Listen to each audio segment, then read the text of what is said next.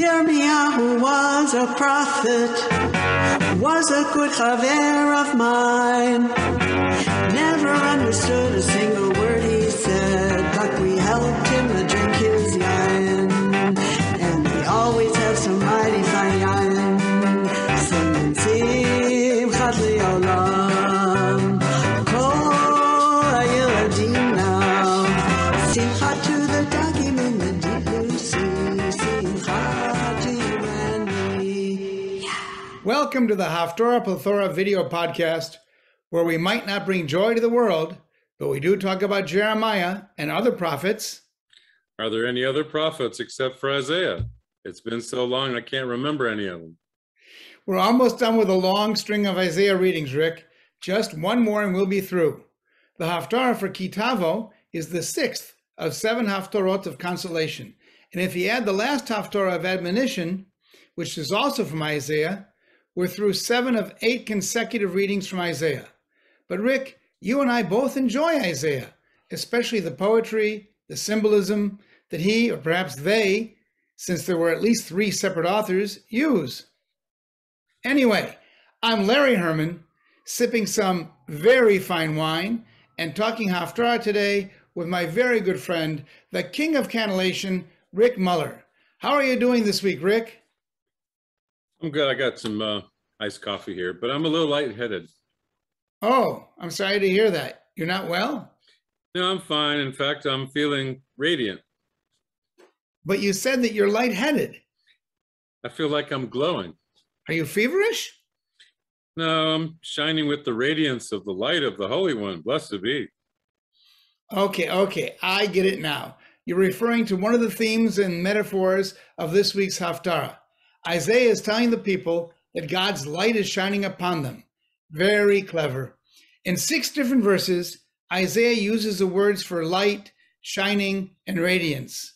In 4 of the 6 first verses, and in 2 of the concluding verses, the Haftarah starts with, Kumi ori, kivo orech, uchvod Adonai alayech zarach. Arise, shine, for your light has dawned. The presence of Adonai has shone upon you. Note yet another Lecha Dodi source text, Kumi Ori. Right, and then the second verse has Ve'alayich Yizrach Adonai, but upon you the Lord will shine. Followed in the third verse with Ve'alchu Goyim Le'orech, Umlachim Lenoga Zarchech, and nations shall walk by your light, kings by your shining radiance. And then in verse 5, we have Az Tiri V'Nahart, or as you behold, you will glow. So we have the words or, which is light or illumination, Zarach, which means dawn or first light, Noga, which means radiance, and Nahar, which means to beam or to shine. And we come back to this enlightened theme at the end. First in verse 19, where we repeat one of those luminescent terms, Noga, brightness or radiance. Rick? Lo yiyelach od hashemesh leor yomam ul noga hayareach lo yair lach v'hayalach la Adonai leor olam velo hayich letifartech. No longer shall you need the sun for light by day, nor the shining of the moon for radiance by night. For the Lord shall be your light everlasting, your God shall be your glory. And that sentiment is repeated in verse 20. Ki Adonai yiyeh lach leor olam. For Adonai shall be a light to you forever. All this is very enlightening, but there's one more theme here that's a continuation of something we've talked about for the past several weeks, is Isaiah's spotlight on children. I like that, Rick. Combining the two, light and children. Very illuminating. But you weren't kidding when you said that Isaiah liked to include children in his prophecies. In verse 4, he says, Banayich merachok yavo'u uvonotayich al tzad ta'amana. Your sons shall be brought from afar, your daughters like babes on shoulders. Yeah, it's one of the few times that he specifically mentions daughters. But there's one more symbolic theme that I want to at least mention. The Haftarah's repeated use of various terms of riches, all of which will flow to the Israelites. These include gold, silver, frankincense, flocks, valuable lumber, copper, stone, iron, and more. Whether to use in the rebuilding of the temple or simply for the benefit of the people, Isaiah uses these materialistic forms of wealth to raise the spirits of his listeners. So life will be good, surrounded by our children, prosperous in material wealth, and basking in the radiance of our God. Sounds like a great life, Rick. Such a wonderful and inspiring Haftarah must have had some fantastic trope. You might think so, but you'd be wrong, or at least not completely correct. Hardly any of these things that we talked about are sung with dramatic or special trope. I think the trope of the day is Dargat Tavir. There's 4 of those, but I'll talk more about them before I chant each section of Haftarah Ki Tavo.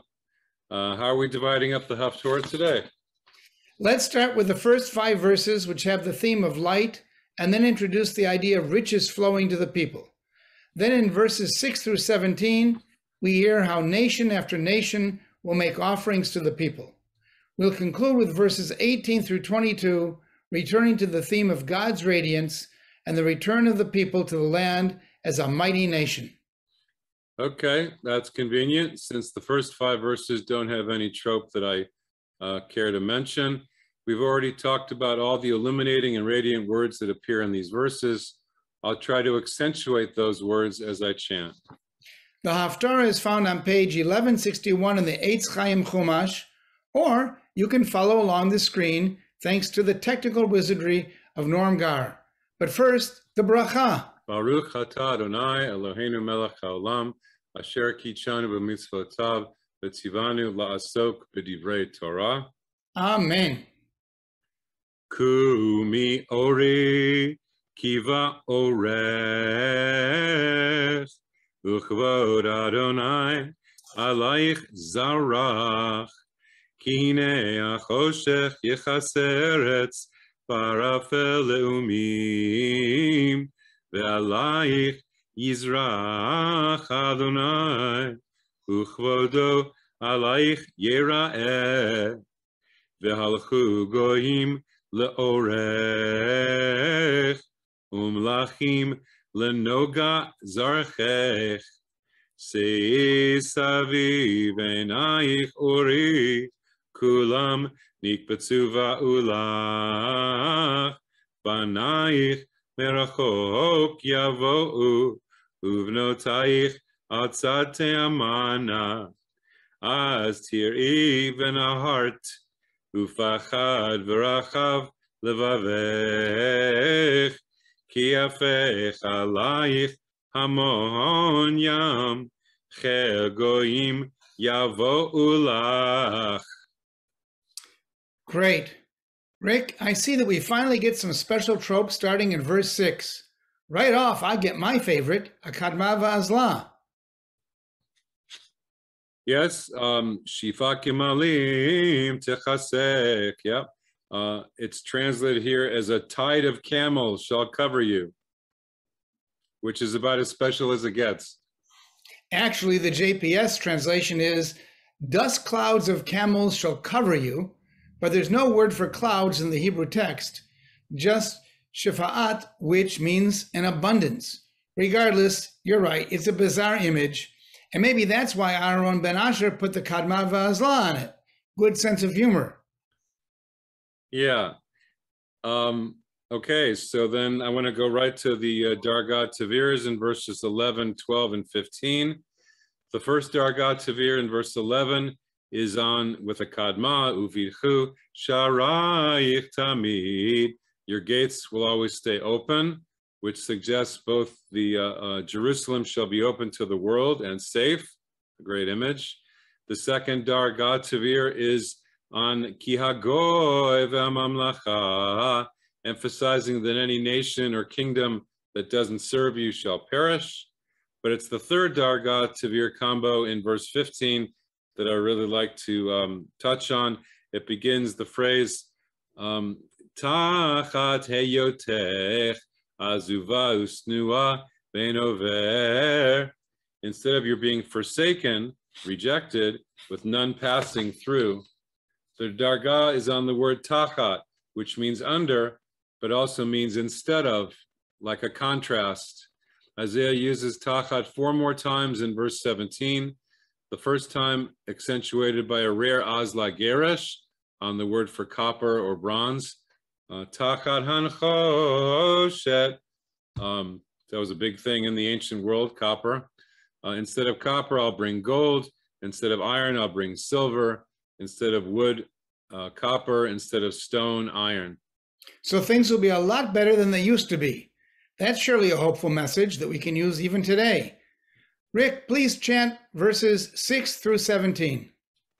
Shifat kimalim techaseh bichrei midyan ve'fa kulam mishva yavo'u zahav ulvona yisa'u utilot Adonai yivaseru kotzon kedar yikav tzulach elei nevayot yishartunech Ya'alu Ratzon mizbechi uveiti farti afaer mi'ele kavtu fena v'chayonim el arubotehem kili iyim yikavu v'oniyot tarshish parishona le'aviv anayich merachok kaspam usavam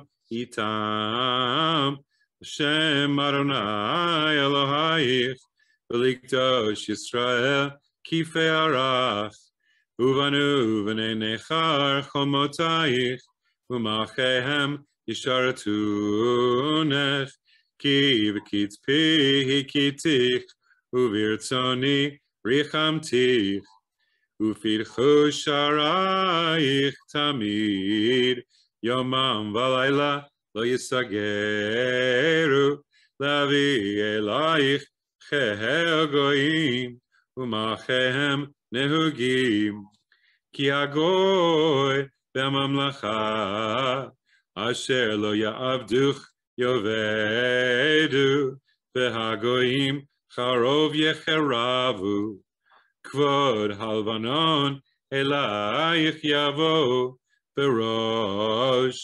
Tidharut Ashur Yachtav Lefaer Mekom Mikdashi Umekom Raglai Achabed Vehalchu Elayich Shechoach B'nei Me'anayich Ishtachavu Akapot Raglayich Homena Atzayich Vikar Ulach Adonai Zion Kedosh Yisrael Tachat Heyotech Azuva Usnua Ben Over V'samtich Ligon Olam Mesos Dor Vador V'yanakt Chalev Goyim V'shod Melachim Tinaki V'yadat ki ani Adonai Moshiach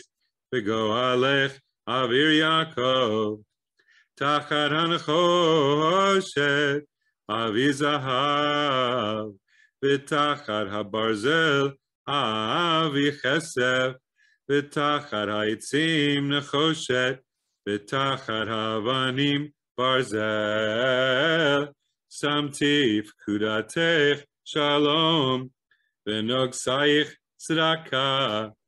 Rick, you know, the absence of other emphatic trope really makes the Dargat Tavir stand out in those verses. Very nice. But as we turn to the last 5 verses, I note that the first 3 verses, 18, 19, and 20, all begin with the word lo. Now, the JPS translation, the Eitz Chaim, does not do the poetry of these verses justice, as they all start with different words. But Robert Alter, ever attuned to the lyricism of the text, does. He translates the beginning of each verse in the same way, starting with verse 18. No more shall outrage be heard in your land. No more shall the sun be your light by day. No more shall your sun set. I like that. Kind of reminds me of Edgar Allan Poe, quoth the Raven. Nevermore. But I wanted to talk about one of the words for light, Lunoga, which is translated as radiance in verse 19. It's given the special trope of Zakef Gadol. It stands out all by itself. The word Noga means brightness, and in this case refers to the moon shining as bright as daylight. I also want to point out one last thing in verse 21, our final Dargat Tavir combination on the phrase Netzer Mata'ai Maseh Yadai Lehit Pa'er. They are the shoot that I planted, my handiwork in which I glory. Who is the they? It's your people. And just as in the Torah blessing, after the Aliyah, V'chaye olam nata b'tochenu, it's the same verb there, the nun, tet, and ayin. God plants eternal life within us. I like to tell the B'nai Mitzvah kids about that. I also want to note that there's a Masoretic correction here. The original text had mem tet ayin vav, which shows in the text, but we're supposed to pronounce it as mem tet ayin yud, mata'ai. I guess they didn't have autocorrect in those days, Rick. Take us home by chanting verses 18 through 22. Lo yishama od chamas be'artzeich, shod v'shever bigvulaich, be'karat Yeshua chomotaich, u'sharaich tehila. Lo yiyelach od hashemesh le'ohor yomam, u'lenogach hayareach lo ya'ir lach, v'hayalach Adonai le'ohor olam, ve'elohayich letifartech, lo yavo od shimshech, v'irechech lo ye'asef, ki Adonai yiyelach le'ohor olam, v'shamu yemei evlech, ve'amech kulam tzadikim, le'olam yirshu aretz, netzer mata'ai, maseh yadai lehipaer, hakaton yiyeh la'elef, ve'hatzair legoyatzum, ani Adonai bitach achishena. Very nice. Thank you, Rick. As always, thanks to Norm Gar, who lightens the mood with his frog jokes. Don't forget to write us with your thoughts and comments. Our emails are below. And if you like our Zoomcast, please forward the links to your friends and family. If you're watching this before Shabbat, or at least before 5 p.m. on Sunday, please join our Haftarah Plethora live on Zoom at 5 p.m. Pacific time on Sunday, August 29th. Note the change in time from what we said last week. The Zoom link will be on your screen, or it's available from the Beth Am website, or on the notices that you received about this Zoomcast. We'll be discussing and chanting the Haftarah for the second day of Rosh Hashanah. Hope to see many of you there. Shabbat Shalom. 5 o'clock Sunday.